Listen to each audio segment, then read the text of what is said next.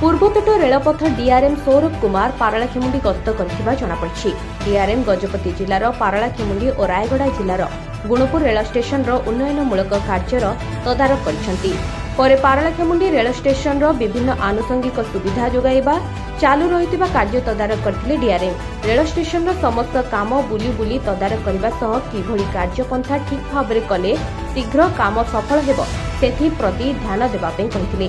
पारला rail station समेत जिलार अन्यान्य station रे राज्यराणी ट्रेन रहणी, नूतन ट्रेन चलाचल, स्टेशन परिसर रे आलोकीकरण व्यवस्था, एटीएम स्थापन, पानीय जल व्यवस्था, सीसीटीवी व्यवस्था और पारलाखेमुंडी हैदराबाद गुणपुर चलाचल पई उपस्थित बुद्धिजीवी एवं जनसाधारण दावी करथिले।